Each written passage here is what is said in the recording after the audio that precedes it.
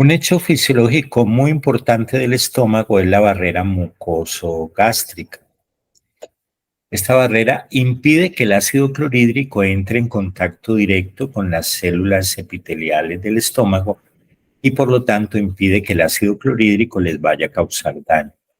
Lo mismo también impide el contacto directo de la pepsina, que ya dijimos que era una hormona proteolítica. Realmente hay factores extrínsecos a la mucosa que son importantes para esta protección, como el flujo sanguíneo y la secreción de moco y bicarbonato. Y hay factores intrínsecos que ya dependen de la restitución celular y la capacidad cicatrizante de la mucosa. O sea, estos factores intrínsecos dependen directamente de las células madres que están allí en el mismo epitelio gástrico. Aquí tenemos representada la barrera moco-bicarbonato. El bicarbonato, que es producido por las glándulas oxínticas, forma una primera barrera que hace contacto con las células de la mucosa. Y por encima de la capa de bicarbonato se coloca una capa de moco, que es un polisacárido glucoproteínas, que ayudan a proteger y, como veíamos ahora, impiden que el ácido clorhídrico, que tiene un pH muy bajito, de 1.5 o menos de 2, haga contacto directo con las células epiteliales.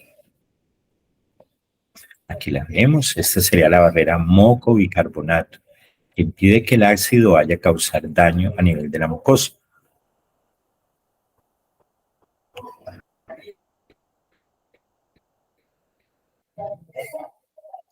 Esta sería la composición del moco. Tiene un 5% de glucoproteínas y un 95% de agua. El grosor de esta barrera moco-bicarbonato está en este orden de 0.2 a 0.6 milímetros. Como podemos ver,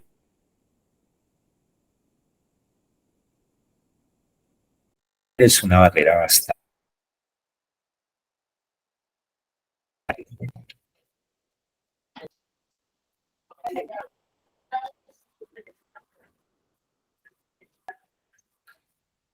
Decimos al principio de la clase que el epitelio del aparato digestivo tiene una renovación de cada 3 días. Pero cuando la mucosa gástrica es agredida por algún factor intrínseco, ese proceso de reparación se hace más rápido. Y se ha visto que en menos de una hora ya vamos a encontrar una reparación importante de la mucosa. Inclusive se espera que entre 2 y 48 horas después de la agresión ya haya una reparación importante de la mucosa gástrica. Es importante el flujo sanguíneo de la mucosa. Para que haya una buena reparación es necesario que llegue buena cantidad de sangre, porque es la que aporta el oxígeno y los nutrientes para que las células puedan hacer el proceso de la mitosis. Cualquier disminución del flujo sanguíneo va a producir déficit de aporte energético e hipoxia, lo cual impide esa renovación de la mucosa. Esto lo vemos con mucha frecuencia en pacientes en estado de shock, donde disminuye el riego sanguíneo a los tejidos. Estos pacientes con mucha frecuencia hacen unas úlceras pequeñas pero múltiples que afectan la mucosa gástrica y puede llevar a la producción de sangrados digestivos masivos. Entonces, todo paciente que esté en la UCI debe recibir una protección adecuada de la mucosa gástrica para impedir que se formen estas úlceras de Curling. Las prostaglandinas también son factores protectores por dos razones. Ya vimos que disminuían la producción de ácido clorhídrico en las células parietales, pero además estimulan a las células mucosas para que produzcan un moco de buena calidad. Por lo tanto, si inhibimos las prostaglandinas, con medicamentos vamos a aumentar el riesgo de lesión gástrica. Y el grupo de los AINE, los antiinflamatorios no esteroideos, son tal vez los medicamentos que más pueden afectar este nivel de prostaglandinas, al igual que los corticosteroides.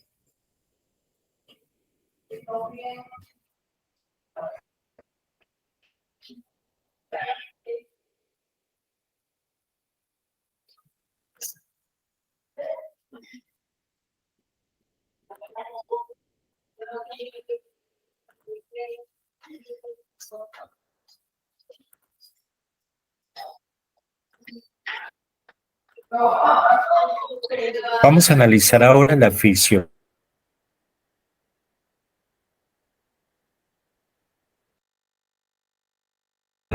del páncreas. Recordemos la anatomía. La cabeza del páncreas está incluida entre la primera, segunda y tercera porción del duodeno. El páncreas tiene un conducto principal que se llama conducto pancreático principal o conducto de Wilson, el cual se une con el colédoco, que es el conducto principal de la secreción biliar, y los dos unidos llegan a una ampollita en la segunda porción del duodeno que se llama ampolla de Vater, que tiene un esfínter de músculo liso llamado esfínter de Oddi. Recordemos que el páncreas es una glándula mixta de secreción interna y externa. La unidad funcional de la secreción externa es esta figurita que vemos aquí, que son los acinos pancreáticos. Estas celulitas, que se llaman células acinares, van a producir las enzimas que son muy importantes para la digestión de los nutrientes. Estos acinos desembocan en un conducto que se llama conductos pancreáticos. Ese conducto produce especialmente secreción de agua y bicarbonato. Y tenemos las células endocrinas, las alfa que producen el glucagón, las beta que producen la insulina y las T que producen la somatostatina. Aquí lo vemos bien. Conducto pancreático principal, conducto de Wilson, colédoco, ampolla de Vater, esfínter de Oddi. El páncreas exocrino es la fuente de casi todas las enzimas que se requieren para la digestión de los nutrientes. Por eso es un órgano excretor muy importante.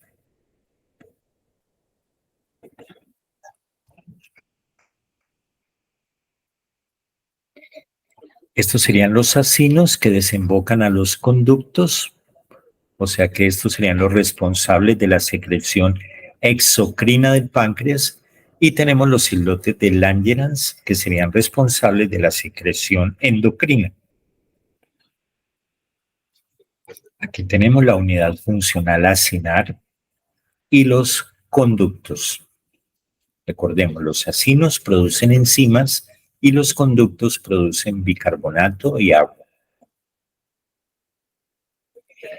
Aquí tenemos una célula acinar. En su membrana vasolateral tiene receptores. Esos receptores pueden ser estimulantes o inhibidores. Los tres receptores estimulantes más importantes son el M3, que ya vimos que es el receptor de la acetilcolina, el receptor CCKA, que es el receptor de la colecistocinina, y el receptor de la secretina, que no está aquí representado. Cuando estos receptores se activan, hace que el retículo endoplasmático rugoso y el aparato de Golgi sinteticen las enzimas que van a ser necesarias para la digestión. También recibe factores inhibidores, especialmente por la somatostatina, esta célula acinar. Esta sería la célula del conducto pancreático, que, como dijimos, secretaba especialmente agua y bicarbonato. Las enzimas pancreáticas más importantes son la tripsina y la quimiotripsina, que digieren proteínas, las amilasas, que digieren carbohidratos, y las lipasas, colesterol esterasa y fosfolipasas, que digieren grasas. Es importante tener claro que estas enzimas se producen de forma inactiva en el páncreas y solo son activadas al llegar a la luz del duodeno. Si no fuera así, si estas enzimas se activaran dentro del páncreas, pues prácticamente lo destruirían, que es lo que ocurre en una patología muy grave que es la pancreatitis aguda.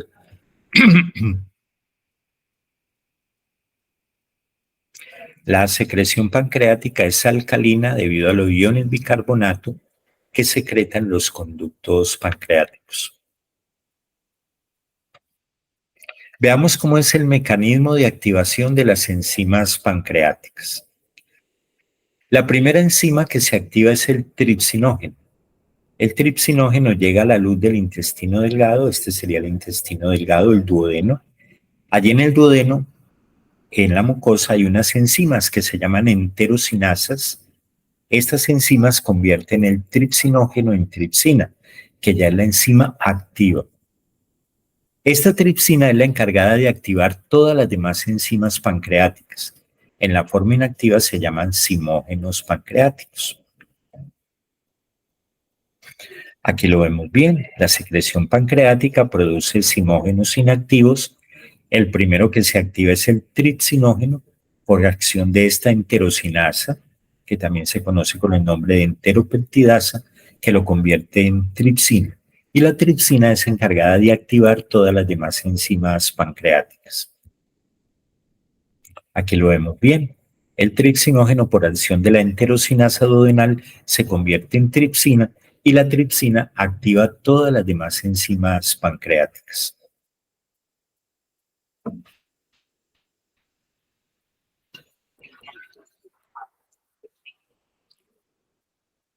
Decíamos que los conductos pancreáticos secretan bicarbonato, que es lo que hace que la secreción pancreática sea alcalina.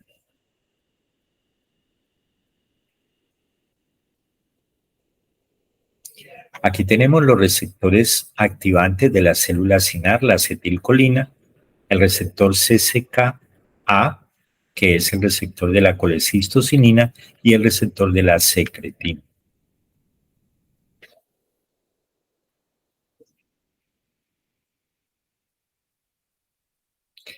Factores que estimulan la secreción pancreática.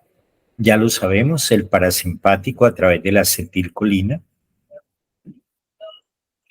Una hormona que es la colecistocinina, que es la reina de la unidad duodeno-pancreática, que ya la vamos a ver. Y la secretina.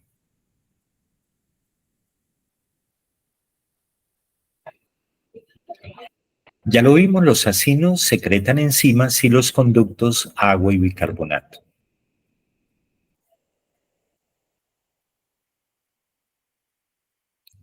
La colecistocinina, que es la reina de la secreción duodeno-pancreática, estimula la contracción de la vesícula biliar, estimula la producción de enzimas en los acinos pancreáticos, inhibe la motilidad y la secreción gástrica y mantiene la estructura del páncreas exocrino. Por lo tanto, es una hormona anabólica.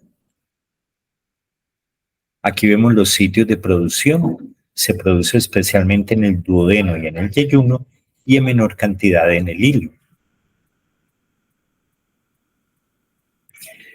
Los sitios donde se produce la colecistocinina se llaman células I y el receptor, ya lo vimos, es el receptor CCK-A, que es muy parecido al receptor de la gastrina, que sería el receptor CCK-B. Aquí lo vemos, aquí tenemos la célula acinar, aquí tenemos los receptores CCK-A, que son receptores estimulantes. En esta figura está representadas las 4 funciones esenciales de la colecistocinina: contracción de la vesícula biliar, secreción de enzimas por parte de los acinos pancreáticos, disminuye el vaciamiento gástrico y relaja el esfínter de Oddi para permitir que la secreción biliar y pancreática lleguen al duodeno.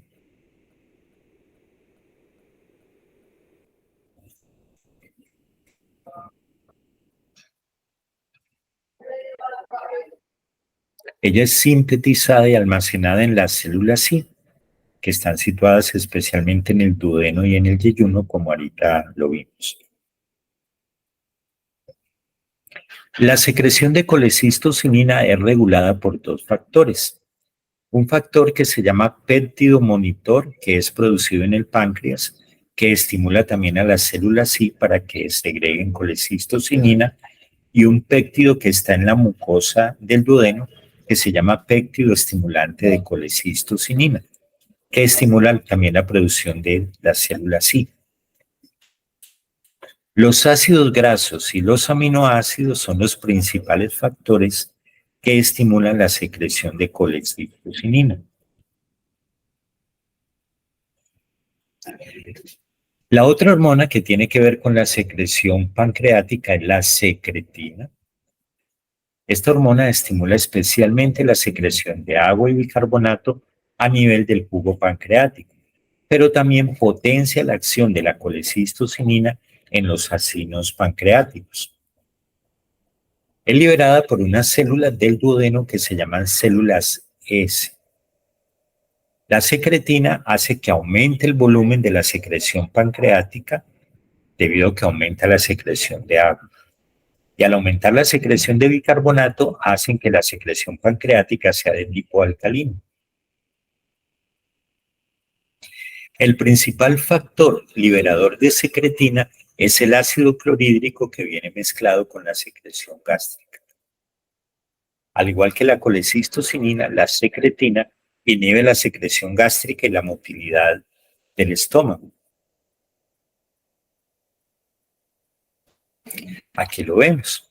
El estómago produce la secreción ácida que al llegar al duodeno estimula las células S para que produzcan secretina.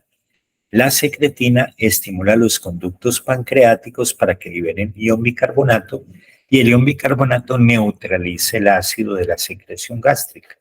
O sea, es un mecanismo de retroalimentación negativo. Tenemos ahora las sincretinas. El 50% de la secreción de insulina está regulado por estas dos hormonas que se producen a nivel del intestino delgado, las sincretinas. El término incretina quiere decir que incrementan la producción, la secreción de insulina.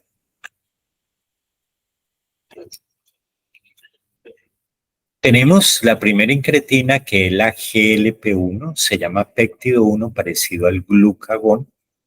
Tiene dos funciones esenciales. La primera estimula la secreción de insulina por los islotes pancreáticos y la segunda inhibe la motilidad y la secreción gástrica.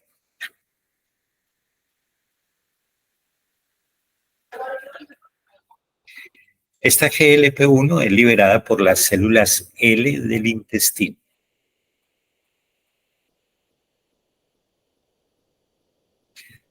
Y tenemos la otra incretina que se llama GIP, péptido insulinotrópico dependiente de glucosa. Tiene acciones muy parecidas, estimula la secreción de insulina e inhibe la motilidad y la secreción gástricas. Es producida por unas células que se llaman células K, que también están localizadas en el intestino delgado. Un neurotransmisor muy importante también para la secreción del duodeno y el páncreas es el BIP, o péptido intestinal vasoactivo, que ya lo vimos, era producido en el plexo mientérico y relajaba los esfínteres, que sería la función más importante. Relaja los esfínteres de músculo liso para permitir el paso del bolo alimenticio. Pero además produce vasodilatación tanto a nivel intestinal como a nivel cerebral. Es un neuromodulador de esfínteres. Por ejemplo, relaja el esfínter esofágico inferior, relaja el esfínter de Oddi. Se ha visto que en el páncreas el péptido intestinal vasoactivo estimula la secreción endocrina, tanto de insulina como de glucagón. Otra hormona importante es la motilina que se produce en las células semi, también del epitelio del intestino delgado. Esta motilina llega hasta el estómago, hasta el cardias, produciendo un movimiento que se llama complejo motor migratorio, que es un movimiento que se desplaza desde el estómago hacia el intestino delgado y hacia el intestino grueso. Es muy activo en el periodo entre las comidas, en ese ayunito que tenemos entre una comida y la otra. Este complejo motor migratorio permite la limpieza de la mucosa del aparato digestivo, para que cuando llegue un nuevo alimento la mucosa ya esté limpia.